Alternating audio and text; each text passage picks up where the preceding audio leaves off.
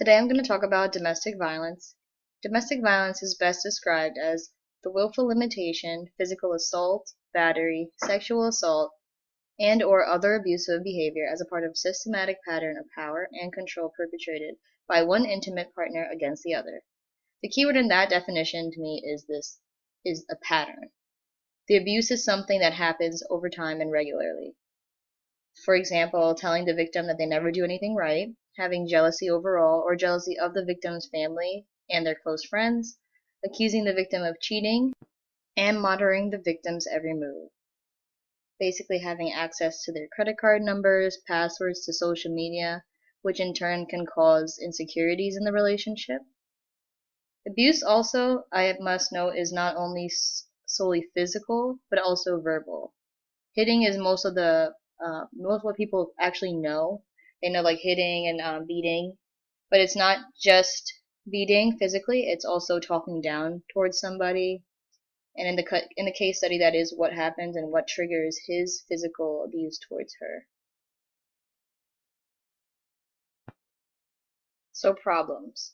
The biggest question that people tend to ask is why don't they just leave?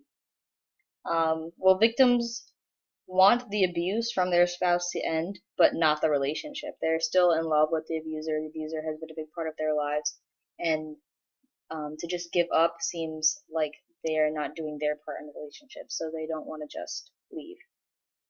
They're unaware of the options that are available to them. Not many people know that there are centers that take care of women or men who are abused by their significant other. They also might feel financially dependent on their spouse. Maybe their spouse works more hours, or they're the only one in the household that works, so that by leaving them, they really don't have anything at all. They're also really hopeful that their abuser will change. I think that's the biggest thing. I think that people feel like, maybe this person will change. I'm not giving them a chance, and that's what causes the ultimate downfall of the relationship. The abuser also feels a loss of control over the victim. After the relationship ends, they tend to stalk the person that they were with, following them, stalking their social media sites, logging into their accounts.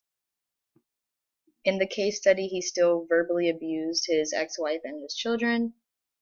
And in the case of restraining orders towards these abusers and homicide victims, 1 out of 5 murdered 2 days after the restraining order is filed. And 1 out of 3 are murdered after the first month. That's actually a very large percentage. Why it matters and how it affects you. Young people tend to think that domestic violence is an issue that is above them or outside of their realm, but between the ages of 16 and 24, there are the highest rate of intimate partner violence. Violent behavior tends to begin around the ages of 12 to 18. 57% of college students in the study find it difficult to identify domestic abuse, even the abusers. By this I mean that the abusers would black out when they would attack somebody, or justify their actions as, oh, well, they did this to me, so I'm justified in doing so. 58% don't know how to help someone if they suspect that they are being abused. 1 in 6, 16%, have been sexually abused in dating relationships on college campuses. 33% actually told somebody about their abuse.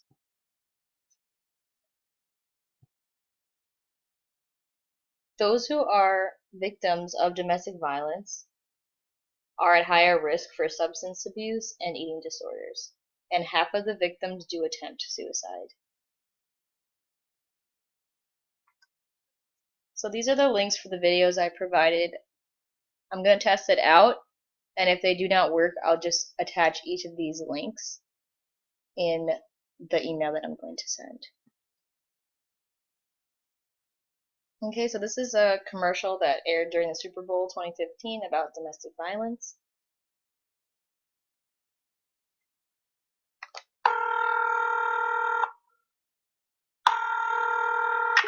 911, operator 911, where's the emergency? 127 Dinner. Okay, what's going on there? I'd like to order a pizza for delivery. Ma'am, you've reached 911. This is an emergency line. Large with half pepperoni, half mushroom. You know you called 911. This is an emergency. why. How long it'll be? Okay, ma'am, is everything okay over there? Do you have an emergency or not? Yes. And you're unable to talk because... Right. Okay, is there someone in the room with you? Just say yes or no. Yes. Okay, it looks like I have an officer about a mile from your location. Are there any weapons in your house? No. Can you stay on the phone with me? No. See you soon. Thank you.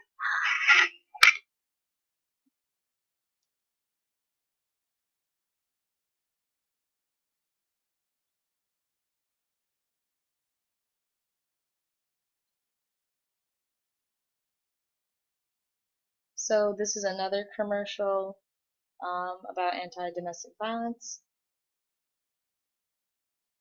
See if I can do the same thing. I'm actually playing it from my phone and putting the audio over this just because it's not recording the audio straight from the computer. So let me see if I can do that again.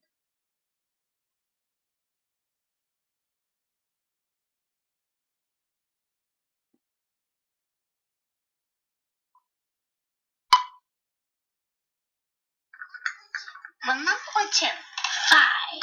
Certainly, darling. Look what you did. What? You spilled. I'm sorry. It's just a little bit. Here you go again. Sorry. What can I do? You can't do anything because you can't do anything right. I don't know what to do. Just shut up.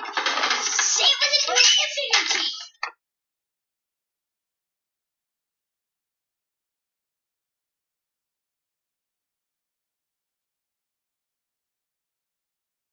This next video I'm just gonna play the audio for. This is the ABC video. I'll still include the links for the video in the email, but I'm playing it from my phone so it won't match up with the words that they're speaking, so it would be a little hard to hear what they're saying or like focus on what they're saying. Just now with a story that's all new at 5. Tracy? Yeah, Melanie, today we spoke with 2 men who admit to abusing their wives in years past. One of them is getting treatment at a substance abuse facility. The other founded that facility. They were very candid about why they did it, and what it took to turn their lives around. I'm not going to do it again, honey. I said that so many times. I'm not going to do it again. And then when things didn't go my way, for whatever reason, I did it again. Rodney Owens abused his first wife and his second. There was abuse for probably the first 5 years of our marriage, too. It turned slowly but surely from just arguing to physical. Donnell asked that we not show his face. I asked him and Owens why they abused the women who loved them. Because of my substance abuse and no coping skills and no communication skills, I didn't know how to express my anger, my emotions. Most of the times I would be mad because she had money and she wouldn't give it to me so I can go get high with, and I'll start an argument. We spoke with them at Pathway to Serenity, a residential substance abuse treatment program that Owens started with his wife. Yes, the same woman he used to abuse. I have not put my hands on her in 18 years. Many of the guys who come through have abused their partners. Dwayne Jackson was one of them. He was killed inside his Northwest Harris County home along with his wife Valerie Jackson and 6 children. Their accused killer is Valerie's abusive ex, David Conley. Owens tells us Valerie made Dwayne get help, and he says that's one thing wives can't do if they choose not to leave. If you put your hands on me one time, I'm going to report it. Until you seek some help, there's no relationship. And I think the victim has to be firm on that. Now I chose this video just because it had more of the positives of the abuser. Most of the videos that I did find were saying it's all the abuser's fault, but in the case like that I'm going to get into, it is the abuser, but it's also could be hidden disabilities, mental disorders, and all of these things that can be attributed to why this person is doing something. It's definitely not an excuse for it, but it could be a potential cause for it. And this is just good to see that people are seeking out treatments that I'll get into a little later as well. The final video is a TED Talk video, and I feel like it's better to actually see her, because these videos are pretty short, about a minute long, but the TED Talk video, I'll put the link first. Okay, now I'll get into the case study with Scott Herring. This is the physical case of adult and domestic violence in the case book that we have. Scott is a 32-year-old Caucasian male and was recently divorced, and his wife had full custody of his children during that lawsuit, and he lost complete visitation rights of his children. His current girlfriend is verbally abusive towards him, and they have this bi-directional relationship, which basically means that she verbally abuses him and he physically abuses her. So they are both doing the abuse, but they are also both getting the effects of the abuse on each other. As a child, he was verbally and physically abused by his parents. And he also threatened to leave his own family when he was with his ex-wife on multiple occasions. He started talking about having feelings of blacking out and impulsivity, always having to react to something, never being able to subdue any quick emotions. He also reported feelings of depression, which caused him to believe that everyone that he loved would eventually just hurt him or leave him.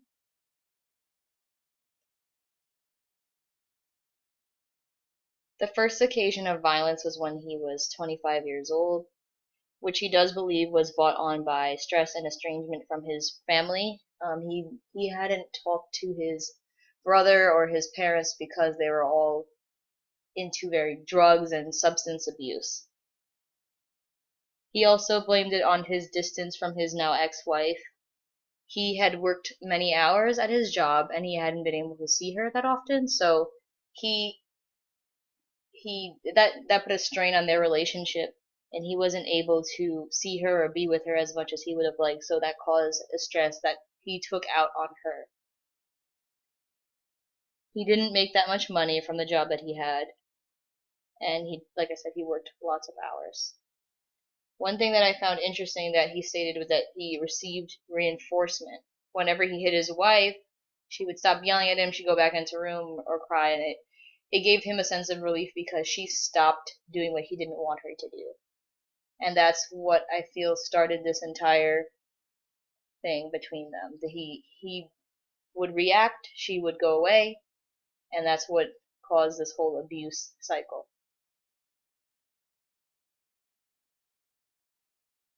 Scott was diagnosed with bipolar II disorder, which they believed he had hypomania episodes.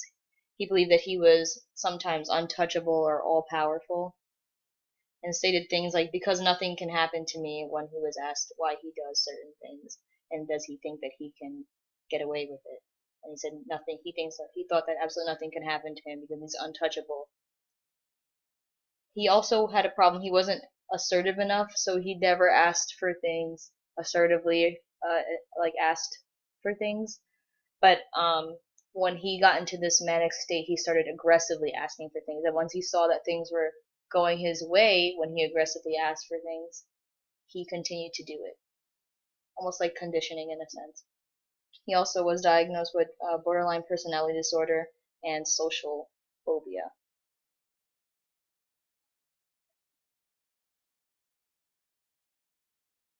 The goals of his treatment, or at least the primary goal of the treatment, was to stop the aggression towards his girlfriend.